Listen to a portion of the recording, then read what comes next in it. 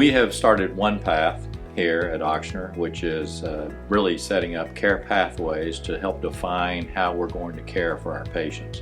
As you can imagine, when we're looking at a whole hospitalization of a patient for a particular disease, there's a lot of people that come into contact with that patient. We want to get all of the input from each one of those people that have a hand in the care to learn how can you best optimize this patient's care. So the thing that's really exciting about our One Path program is that it brings together all of the aspects of care that a patient needs in a specific population to have a consistent outcome. We bring together evidence-based practice. We build that evidence-based practice into a pathway in our electronic health record, and that means our whole entire team can come together, see that pathway in the electronic health record, make sure that patient has progression on that pathway the way they should, and at the end of the day that they have a consistent outcome.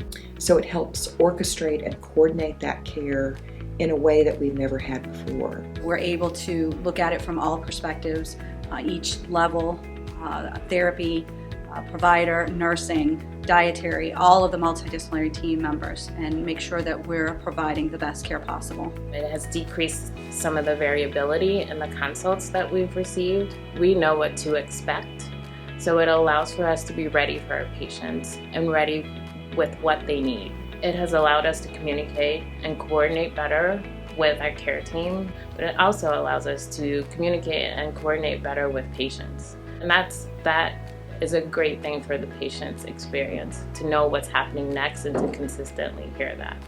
Since we've launched the craniotomy One Path, we actually have seen tremendous improvement. Initially, before we started our baseline data, we had 5.6 days for this subset of patients, and our goal was 3.5. But since we've implemented the One Path, we've actually seen that our outcome for length of stay is 1.6, which is amazing. I mean, that's something that typically doesn't happen.